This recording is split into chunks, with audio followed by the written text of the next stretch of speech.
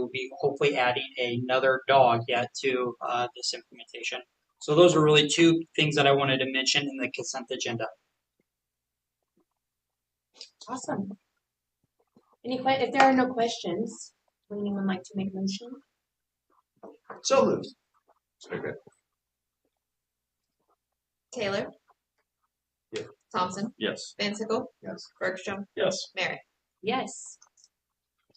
Okay, do you want to just discuss the public hearing and then I'll go ahead and open it, or do I need to open it first, do you think? I think you should open it Open first. it and then I'll re-explain it, and then if there's anybody that wants to speak about it. Okay, good. So we will be doing a public hearing as required by Iowa Code to extend the bus routes for elementary students to over 60 minutes. I believe we're extending those by 15 minutes.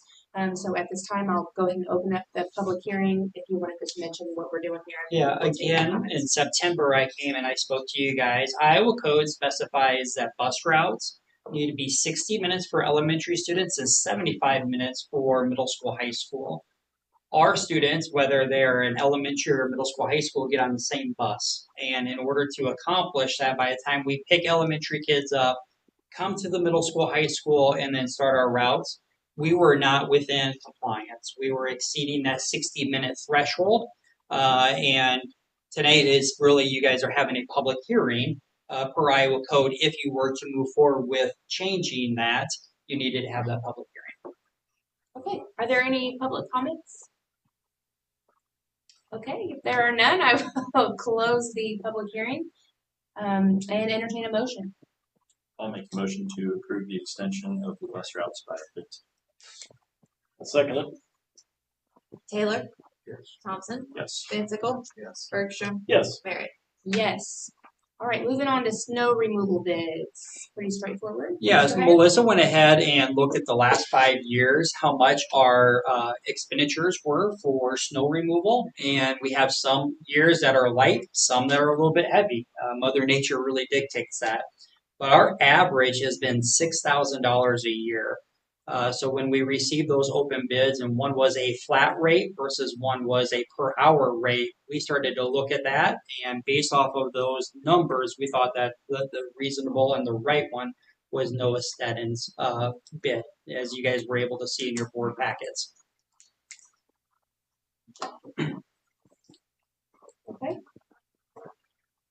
I will make the motion to approve Noah Steadin's snow removal bid, unless anyone had any questions. Thanks, Steve. Taylor? Yes. Thompson? Yes. Van Sickle? Yes. Bergstrom? Yes. Merritt? Yes. All right, on to allowable growth. So in Melissa's initial report, she was discussing special education and deficit. It is per IDA, we need to follow and meet the needs of all of our students. So if you have special education services, they have additional weightings for those students to making sure that we are supporting and meeting their needs.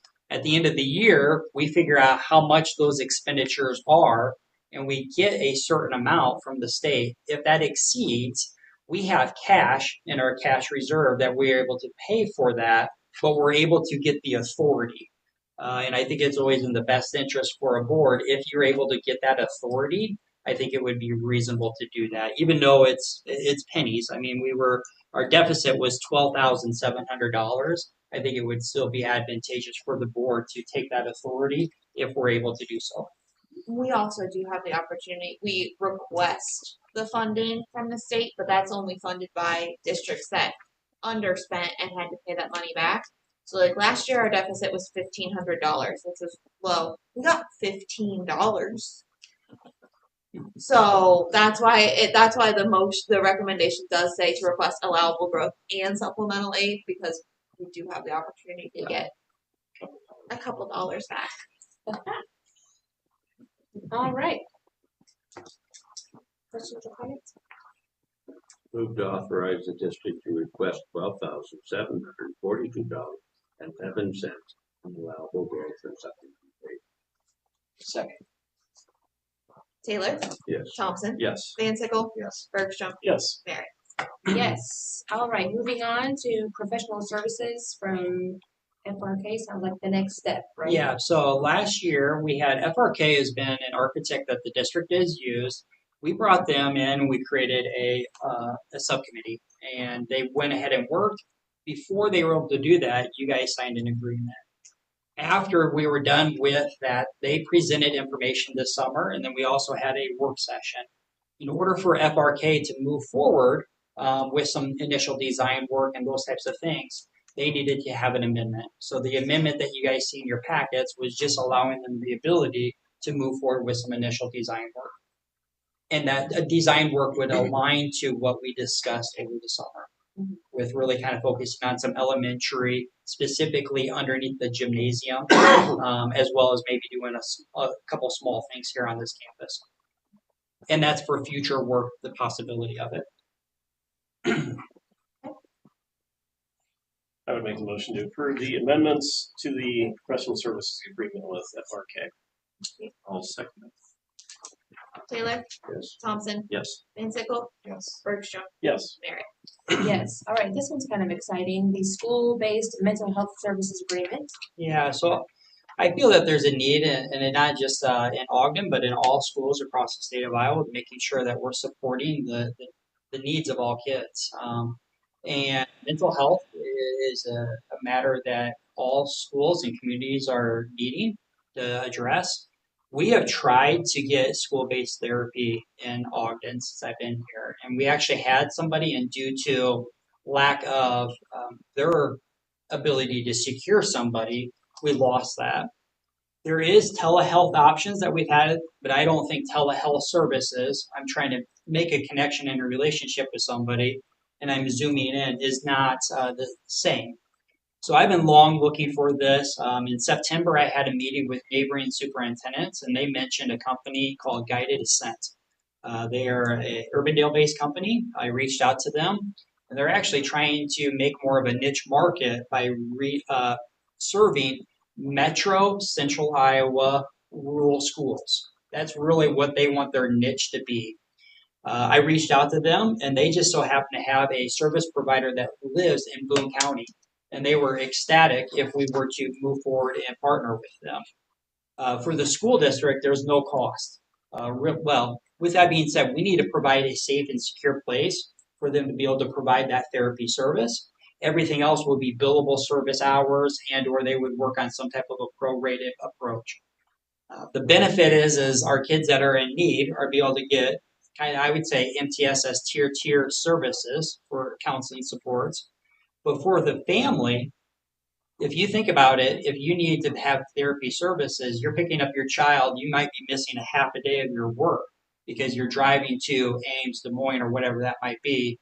This allows that student to be able to get those services and supports. They might miss 30 minutes of class and they're back in class. So I'm really excited about the possibilities of you guys approving this agreement to allow Guided Ascent to be able to be a service provider for school-based therapy. Right. Is this program limited to school time, or is there some wiggle to have before school? They would work with you and or that family. So sometimes they might even have a family session. You know, they're working and they might actually bring that family in and work with them. So yes, it seems that they're going to be building their kind of schedule based off of our need. And I think that they would be meeting the needs of not only the student, but also the families. You know, if they needed to meet at 5 o'clock at night to maybe sign paperwork or have a counseling session, I think they would do that. And who initiates the need? Yeah, that's a great question. So I think our principals probably have an initial list. We have an MTSS process. Our teachers are identifying some needs, and we would engage and start having those conversations and seeing if the families were interested. By then, I think we would make the connections with Guided Ascent. They would sit down with that family, talk about what their services are, probably sign some documentation, releases, those types of things, and then they would be good to go. So I think we would probably be the liaison to kind of initiate the conversation, and then we would really allow Guided Ascent to be the lead because that's really their wheelhouse, honestly. Let's see where it might be an issue when this approach that we say, I think your kid needs counseling. And that can correlate with stuff, so you guys are gross. All right, if there's nothing else, I'll make a motion to approve the mental health services agreement with Guided Consent. Second, Thompson, Yes. Van Sickle, yes. Bergstrom, Yes. Taylor. Yes. Merritt. yes, all right, on to the operation sharing agreement termination. Yeah, so we were sharing SBO with United for 1 day a week. In September, Melissa and I sat down with United's superintendent, and after that conversation, I think all parties collectively agreed that it was no longer mutually beneficial. So really, we're just presenting that we're no longer going to be sharing with United tonight. All right, if there are no questions. I'll make the motion to approve the termination of the SBO operational sharing agreement with United. Second. Thompson, Yes. Van Sickle, Yes. Bergstrom, Yes. Taylor. Yes. Merritt. Yes, all right, the most fun. Yeah, I'm excited about this one. So teacher bonuses.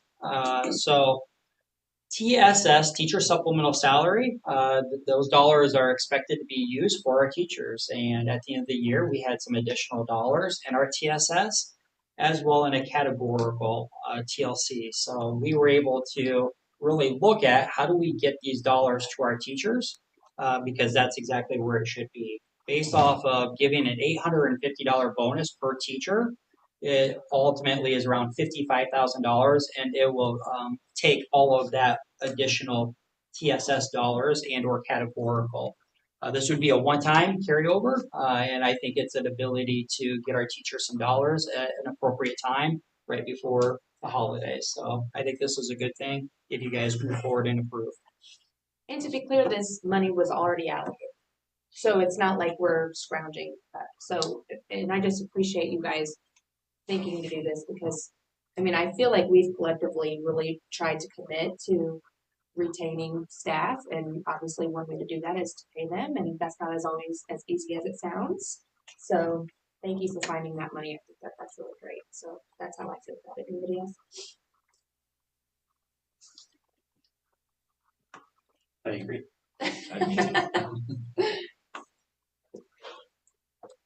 I will make the motion Yes. Let's do it. to approve the $850 bonus to all certified staff members payable on November 20th, 2025. I'll second. Thompson, Yes. Van Sickle, Yes. Bergstrom, Yes. Taylor. Yes. Merritt. Yes. All right, our first set of policy revisions here. Let's see. Did anybody have anything about those?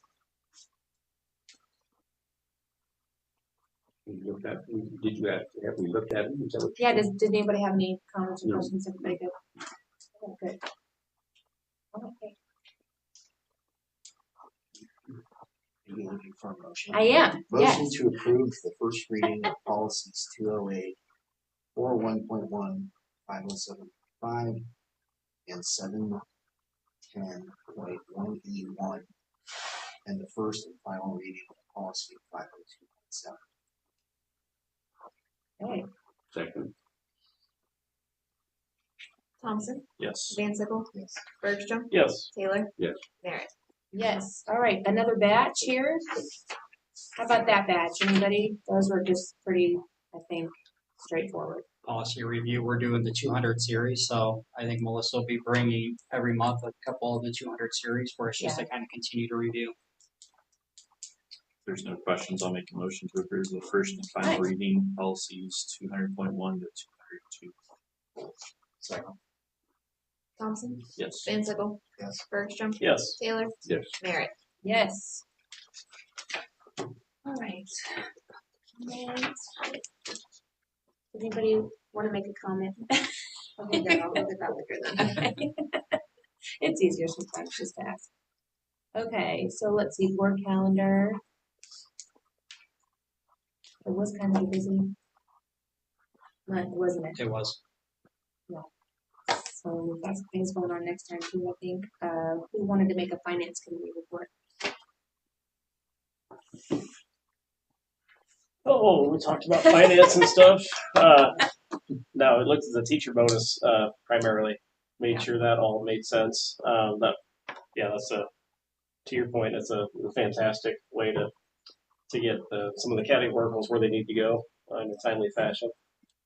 And yeah, that and just looked at some just long-term forecasting and budgeting, and the district's in a very, very healthy financial spot. With the forecasting tools we have now and the staff we have in place, it'll stay that way. That's fantastic. Did either of you have any questions for them? On the finances? So. All right. We articulated so well. I know, right? Yes. Excellent job, Pete. Thanks. I think you're up. Yeah, I have 4 things on my superintendent report, and I mentioned this in my weekly report, but last week, Billy Olson and I actually went to radon testing. So the state of Iowa actually put in for legislation that by July 1st of 2027, all schools need to have radon testing in place and complete it every 5 years thereafter. So we will actually do testing of February of 26, so this year at our elementary campus. And then next year, we will actually do the middle school, high school. It allows us to do the testing, and then it will also allow us to do mitigation if the test numbers were to be high. Kind of what that will be is they give us a sample, and it will be out in that room for 4 days, I believe. And we will have at the elementary around 40 different samples. So you may be within certain thresholds in some portions of your building, but in other portions of your building, you may be high. If we receive those results that they're high, they will come back and do second additional testings to find out and validate those results. And if it is, then we need to go ahead and do some mitigation. So I'm excited. I was actually not very familiar with radon, but it is actually the second leading cause of lung cancer. And I was actually kind of in a hotbed for radon actually coming from the ground. So I'm excited that we actually have that in place and we have kind of a district process. We partnered with Energy Association of Iowa. They're actually doing a lot of that for all schools, if you so choose. You can hire a third party if you want it, but I think these guys kind of have it all dialed in a right process. Any questions about radon testing? Did you mention mitigation wise? How does that get paid? Did you mention that? If we have to go through mitigation, then we would be able to use PEPAL dollars, right? We probably use SAFE for Safe, it. yeah, Interchangeable. We'll probably save dollars. SAVE or PEPAL if we needed mitigation. They have done mitigation in Iowa with schools that have implemented this program, and I think they said their worst situation was around $30,000. Some people are putting in mitigation systems right now, and whether it's an active or a passive, the passive would be is there's really, I believe it's kind of into your sump pump, and its ability for it to get air circulating outside. And or if it's an active system, what they do is they put a fan on that to actually pull those fumes from the ground and actually allow it to get out. But if you were to do that out in your home, I think it's around $1,500 to $2,000 for that system is kind of what they were quoting. And some schools have had to do multiple systems, so it was around that $30,000. But they said more of their average is probably in that $4,000 to $5,000 range because they might have 1 or 2 classrooms with a higher level radon. Forgive my ignorance, but like, do we expect that to be? Do we have any way of knowing? Like, would you ever know? You would never know. It's an odorless gas. You have no idea unless you actually go through the testing. All right. Well, So, any questions about radon testing? Okay. In November, as you guys are aware, we will have revenue purpose statement PEPAL on the ballot. I sent some information out to our families as well as it will be in the Ogden Reporter.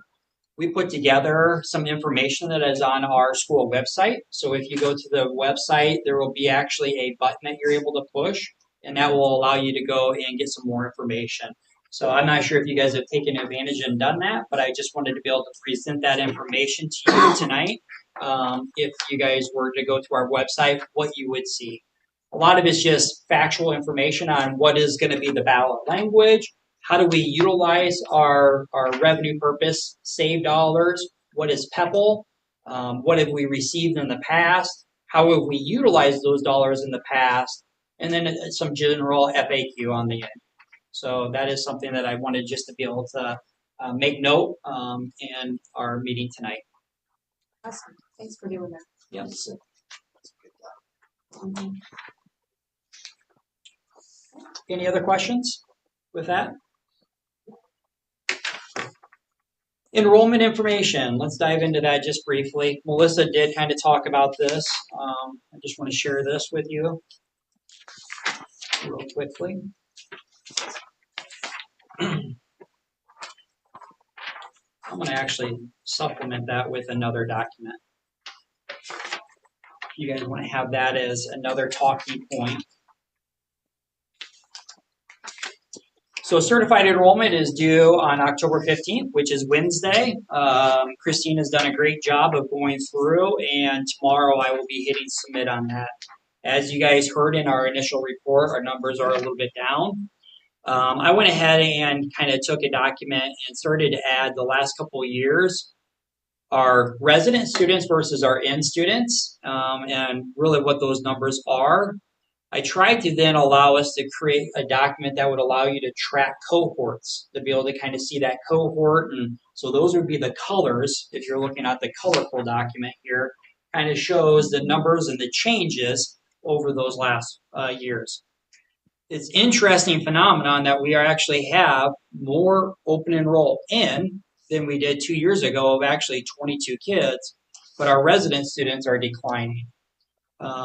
If you look at our graduating classes versus our incoming, so if you look at that final page right on the lower left-hand corner, 2037 and 2038, what I did is I took the change of the graduating classes versus the enrolling classes, and last year we had 15 less resident students, but we had 2 more incoming kids. Those would be our kindergarten. So we were negative 13.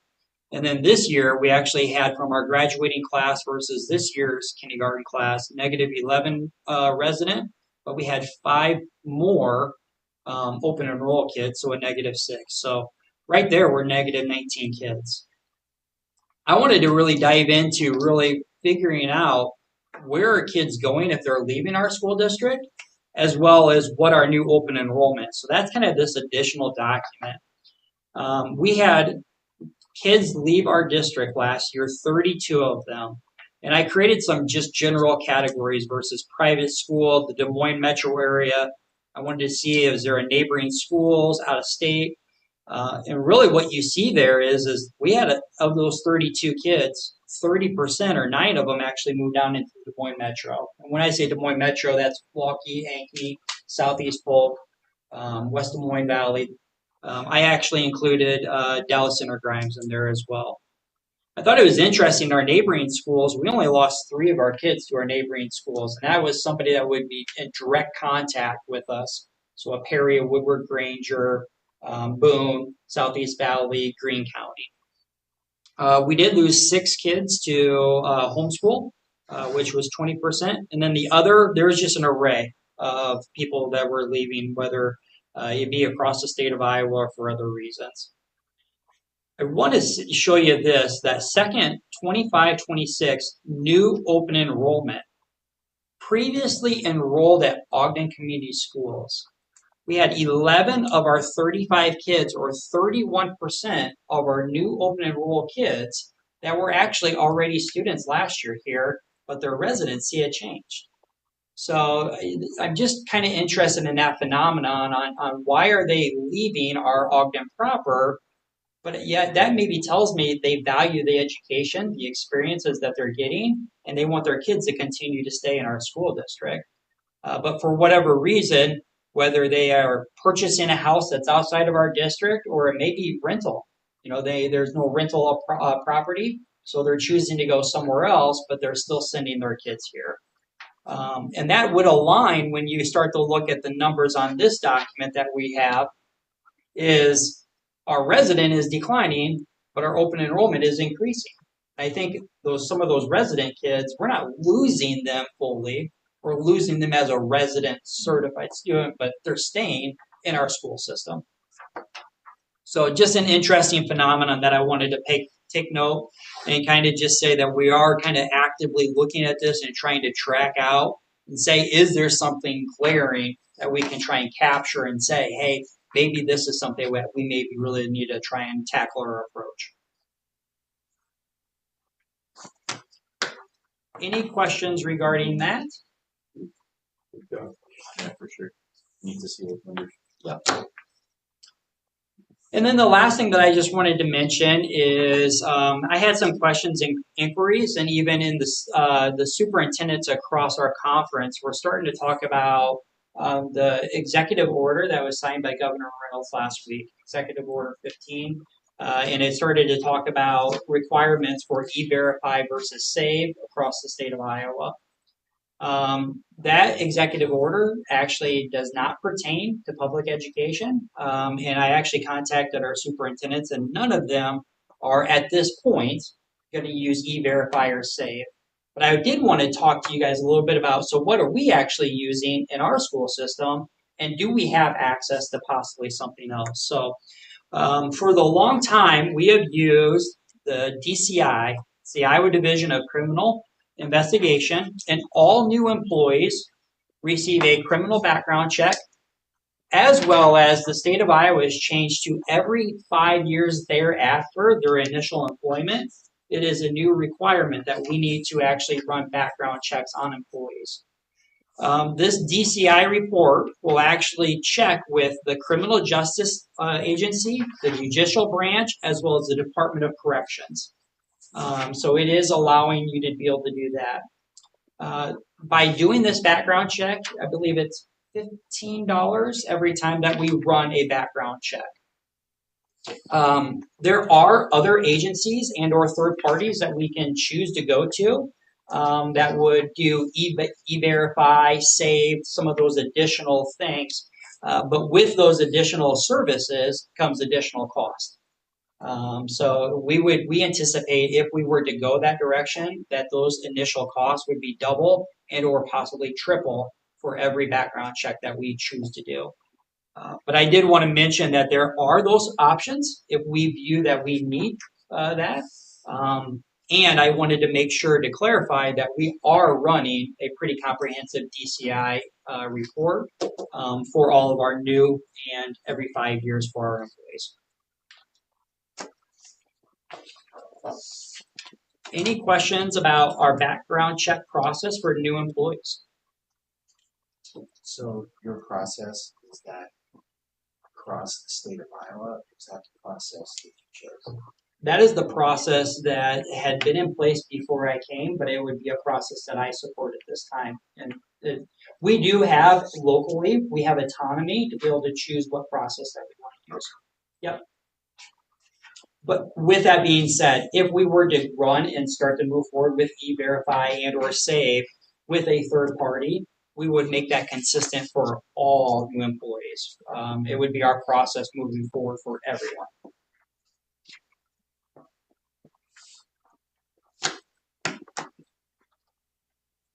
Any questions or discussion about that?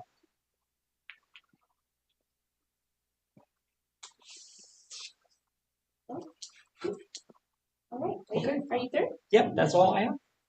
Okay, at this time, we are not going to adjourn because we're actually going to go into closed session. We have a couple performance reviews to do.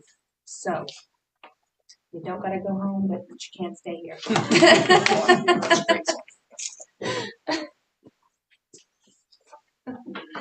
Thank y'all for coming. You want to turn that on? We're in closed session, but catch us on YouTube.